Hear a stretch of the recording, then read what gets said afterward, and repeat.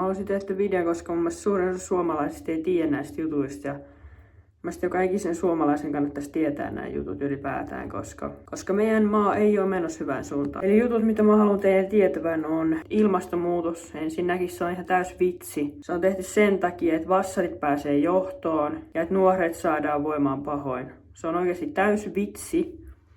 Kaikki ne Green Deal, kaikki ne jutut, ne on ihan naurettava vitsi. Suurin osa Suomen politiikoista, niin ne on vain johdossa sen takia, koska ne haluaa rahaa. Ne ei oikeasti halua auttaa Suomea. Jos ihmiset olisi oikeasti tehnyt työnsä ja kunnolla auttanut Suomea, niin me oltaisiin tässä tilanteessa. Ja sitten sekin, että Suomen koulutus ei se ole mikään hyvä oikeasti. Mun mielestä vitosluokan jälkeen suuri osa, mitä opetetaan, niin on ihan turhaa.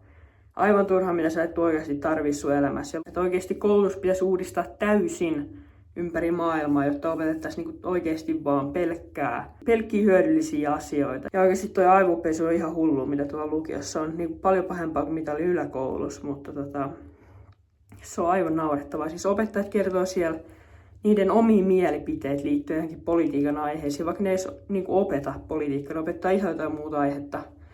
Ja sitten ne vaan sanoo siellä, että kuinka ne vihaa Trumpia ja kaikkea tämmöistä ihan täyttä niinku vihapuhetta sanoo siellä. Siellä tunnilla joutuu kestää semmosia, niin kuin joka viikko kuulee tommoista.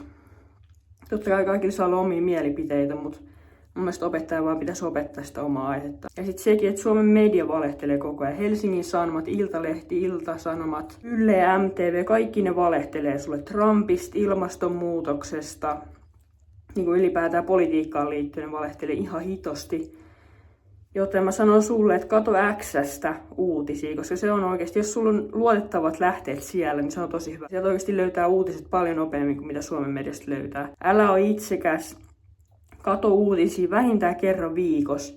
Ja oikeasti tiedä, että mitä Suomessa ja mitä maailmalla tapahtuu, koska mun mielestä täällä on ihan liikaa itsekäitä ihmisiä, joita ei oikeasti kiinnosta, miten äänestää tuolla vaaleissa ja äänestää jotain vassaripuolueita. Ne on ne oikeistolaiset, jotka korjaa ongelmia, niin oikeasti älkää äänestäkö vassareita. Mun mielestä perussuomalaiset on ainoa puolue, joka oikeasti välittää suomalaisista ja haluaa hyvää Suomelle. Ja mä toivon, että sä tiedät, mitä Britanniassa tapahtuu, mitä Ranskassa, Saksassa tapahtuu ihan hulluja juttuja. Ja esim. Britanniassa siellä on koomikoita pidätetty ihan jotenkin vitsien takia laitettu vankilaan. Jos sä seuraat vaan Suomen mediaa, niin sulla ei ole mitään hajua, mitä siellä käy. Ja sen takia kannattaa seurata joko YouTubesta tai X:stä. Äänestäkää persuin, ei ole mitään rasisteja. Siinäkin Suomen media valehtelee. Ne yrittää vaan pitää persut alhaalla, jotta ne ei menisi johtoon.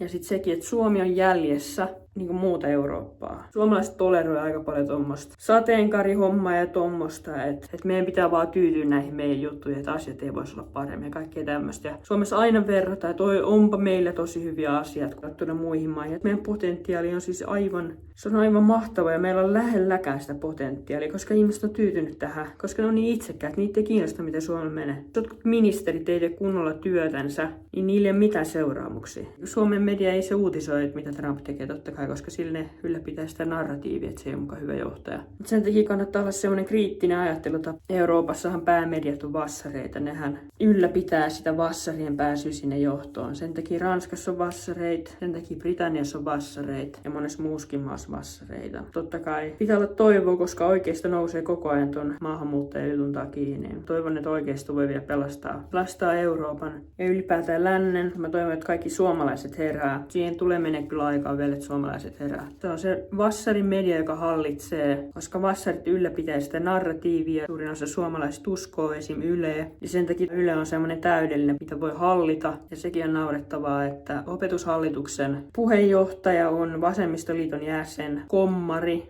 koska kukaan ei opi tuolla koulussa mitään. Kaikki terveydenhoito, talous, koulutus. Ja mä toivon, että suomalaiset herää ja näkee median valehtelun, oikeasti kiinnostuu ja isänmaallistuu. Me voidaan vaan yhdessä tehdä tästä maasta hieno. Poliitikot ei pelasta tätä maailmaa. Trump on mahtava esimerkki siitä, että kuinka bisnesmies on paljon parempi johtaja kuin joku peruspolitiikko. Jos sä voit käydä töissä, niin käy töissä. Se on sun velvollisuus käydä töissä. Älä ole semmonen, joka elää kelalla, vaan tee semmoista työtä, missä tykkäät. Mitkä meidän uhat on? Eli siinä on 4, eli Venäjä, vassarit, mamut ja Kiina. Ja lopettakaa se TikTokin käyttäminen. Kiitos kun katsoit. Nähdään ensi videossa. Moro!